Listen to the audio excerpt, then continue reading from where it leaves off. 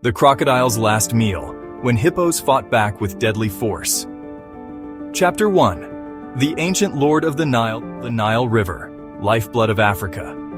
From its headwaters in the heart of the continent to the fertile delta that pours into the Mediterranean, it sustains millions of people, countless animals, and ecosystems older than history itself. In these waters lives a predator that has haunted the imagination of humankind since the dawn of civilization.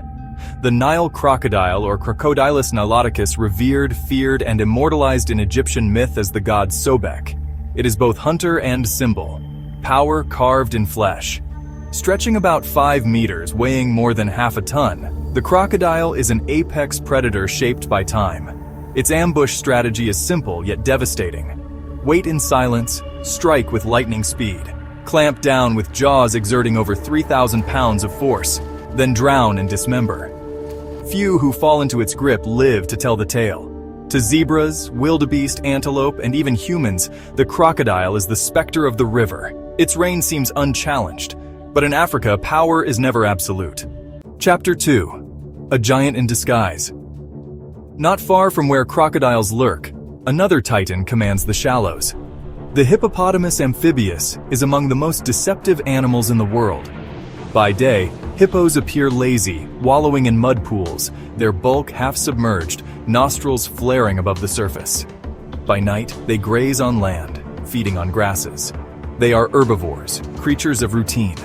But beneath this placid surface lies volatility. Hippos are astonishingly aggressive. Adult males can weigh over 1,500 kilograms.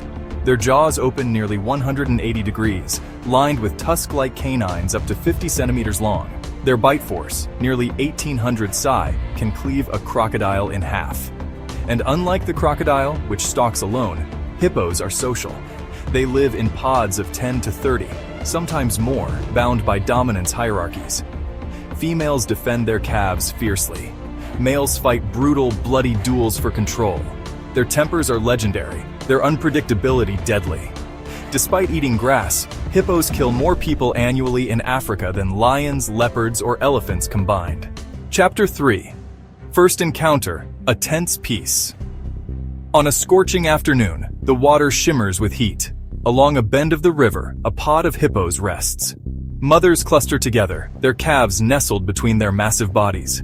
The air vibrates with low grunts and bellows, constant communication, a language of snorts and rumbles.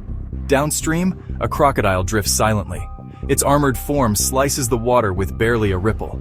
It spots movement, a calf playful, straying from its mother's flank. Instinct sharpens.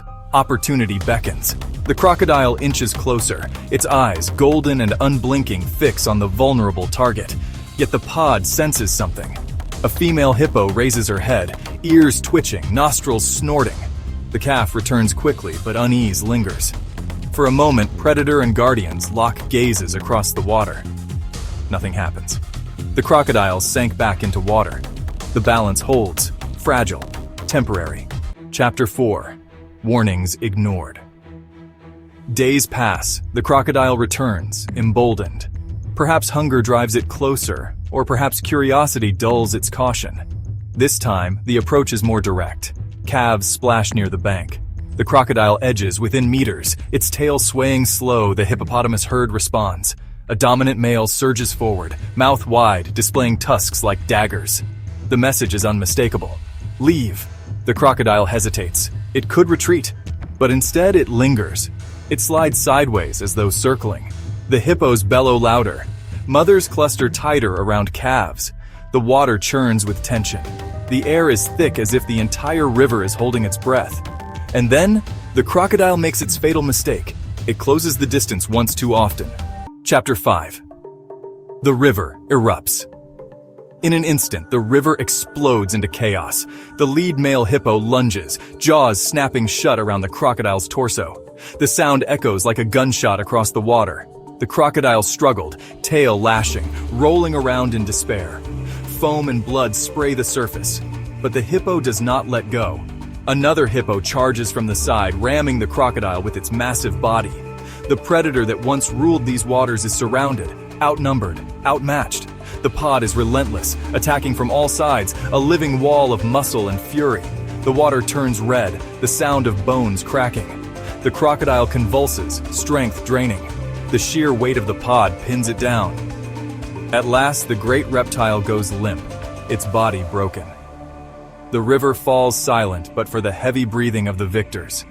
The crocodile carcass drifts away lifeless, claimed by currents. Chapter 6. Real encounters. Recorded by nature, scenes like this are not myths. In 2011, a National Geographic crew filmed hippos attacking and killing a crocodile that ventured too close to their calves. The footage shocked viewers worldwide, a herbivore dismantling an apex predator with savage efficiency. BBC's Planet Earth captured similar confrontations, showing pods of hippos driving crocodiles away from riverbanks, even flipping them over in violent clashes. Scientists studying hippo behavior note that while crocodiles and hippos often share the same rivers, their coexistence is uneasy. Crocodiles rarely attempt to hunt hippo calves because the risk is too great.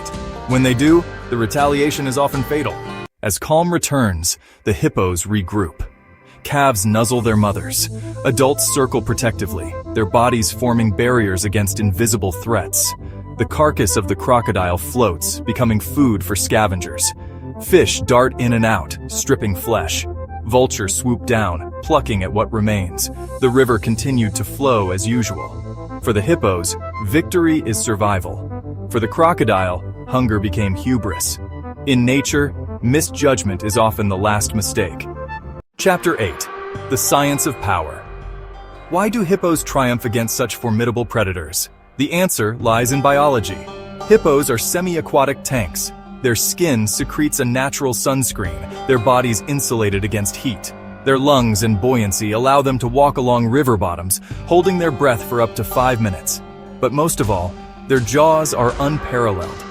The gape alone, 150 degrees, creates leverage few skulls can withstand. Muscles anchored deep into their heads deliver crushing force. Against that, even a crocodile's armor is fragile. Crocodiles, by contrast, are ambush specialists. They rely on surprise, speed, and leverage in water. Once exposed, once held, their options are few. Against one hippo, they might escape. Against many, they have none. Chapter 9. Nature's Reckoning. The Nile crocodile is a relic of deep time, a predator honed across millions of years. Its power is undeniable, its legend vast. But power in nature is never absolute. The hippopotamus, an herbivore, defies expectations. Its fury, its strength, and its instinct to defend young make it one of Africa's most dangerous animals. Hippos kill an estimated 500 people annually in Africa, more than lions, leopards, or elephants. To crocodiles, they are not prey but peril. The death of a crocodile at hippo jaws is not an accident. It is a reminder. The wild rewrites its own rules.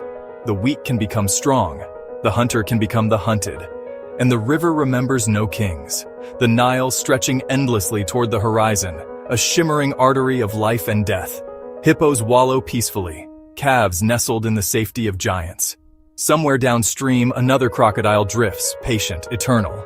But even it knows, some meals are not worth the risk.